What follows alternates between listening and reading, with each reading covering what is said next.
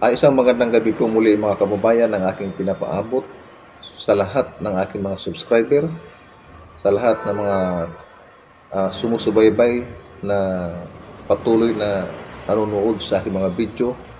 Purihin ng Diyos mga kababayan.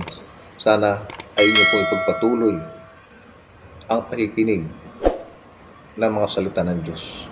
Natapos na po kasi mga kababayan ang kapanahunan ng mga propeta na siya na nga po yung nakasulat sa aklat ng Lumang Tipan. Kapanahunan ng mga propeta, kapanahunan ng unang pagdalaw ng Diyos sa mga tao. Natapos na rin ang ikalawang kapanahunan na siyang kapanahunan ng ating Panginoong Jesucristo. Natapos na. Ang pagdating ng kapanahunan o ang pagdating ng ating Panginoong Jesucristo, mga kababayan, sa ibabaw ng lupa, sa kanyang pangangaral, ay hindi masyadong matagal. Saglit lang ang kanyang testamento ng kanyang pangangaral sa ibabaw ng lupa. At yun nga po na kasama niya ang 12 apostol at ang ilan sa mga mananampalataya.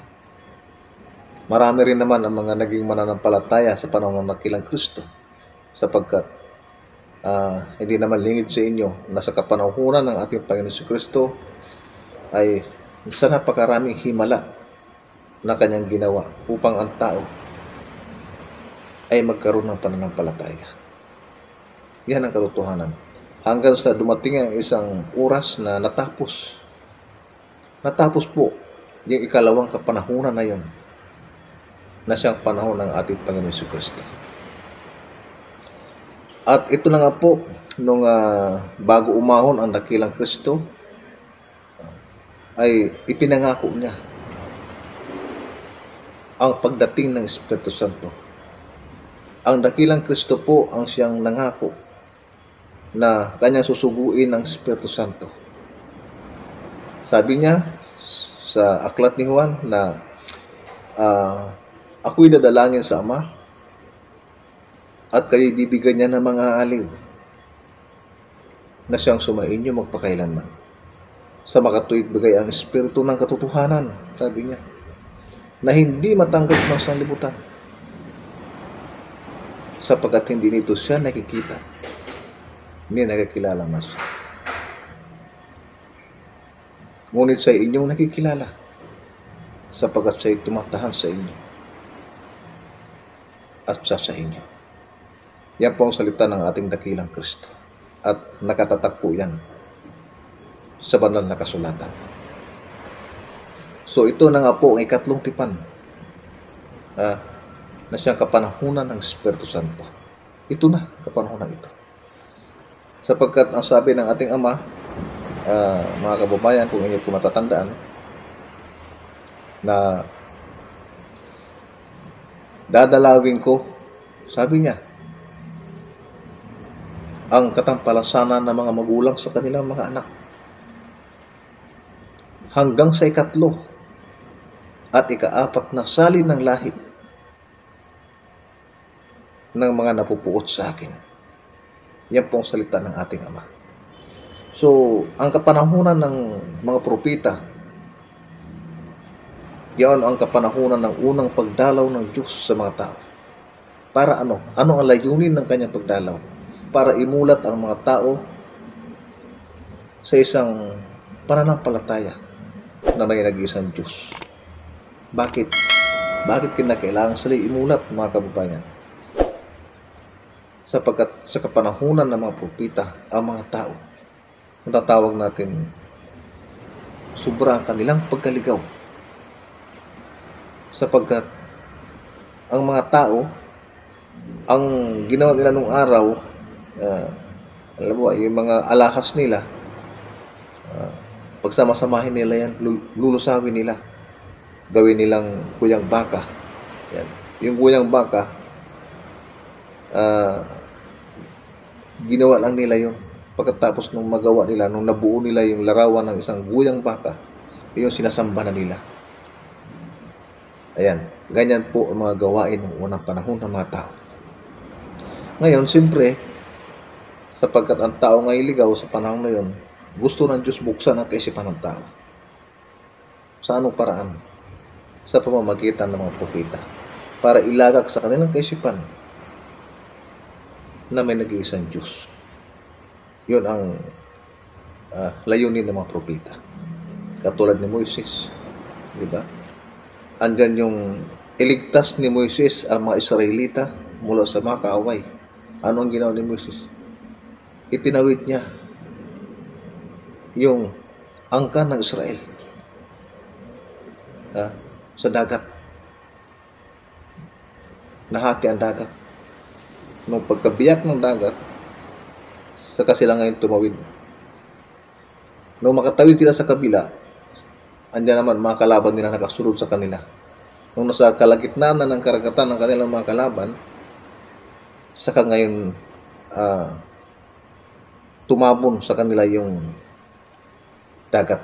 Patay lahat ang mga kalaban. Yan. Isang kapangyarihan yun na ginawa ni Moises para ang tao ay mamulat na may Diyos.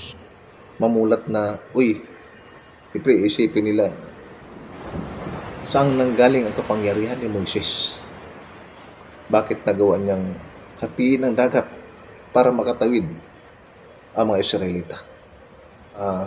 Marahil, ang ilan ay namulat sa isang hayag na pangyayari, mga kababayan. Hanggang sa natapos ang kapanahunan ng mga propeta at dumating naman yung ikalawang pagdalaw ng Diyos sa mga tao. Saan? Sa panahon ng dakilang Kristo. Ang panahon ng dakilang Kristo ay dala niya yung pag-asa na mayroong buhay na walang hanggan. Yun ang dala ng dakilang Kristo. At yung pag-asa na yun, ng buhay na walang hanggan, na dala-dala ng ating dakilang Kristo, hindi lang ng buhay sa kalangitan na ipinangako niya kahit sa ibabaw ng lupa ay maaaring mangyari sapagkat yan ang kanyang salita. Pero dahil sa katigasan ng puso ng tao, mga kababayan, matigas talaga ang puso ng mga tao. Ano ang kapalit na ibinigay ng mga tao kay Kristo? Ano? Kamatayan, mga kababayan. Pinatay nila ang dakilang Kristo, ang bugtong na anak ng Diyos. Pinatay nila yung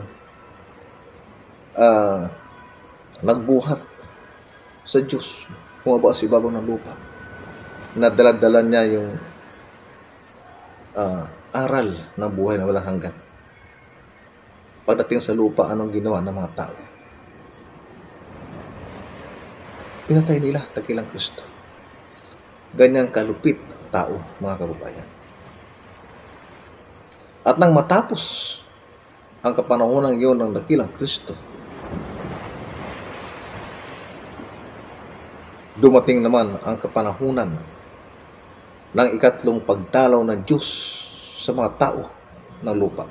At ito na nga po ang kapanahunan ng Espiritu Santo. Yan.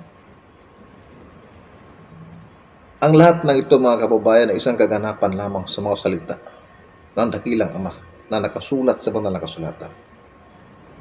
Na dadalawin ko, sabi niya, ang katampalasanan ng mga magulang sa mga anak hanggang sa ikatlo. At ikaapat, sabi niya, nasalin ng lahi ng mga napupuot sa akin. Yan ang salita ng ating Ama. Kaya ito ang kapanahunan na nangyari ngayon, katuparan po ito, mga kababayan. Isang katuparan ng kanyang mga salita.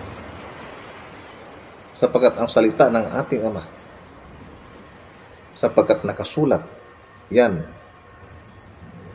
ay magaganap. Hanggang dito po lamang mga kababayan at putulin ko ang video.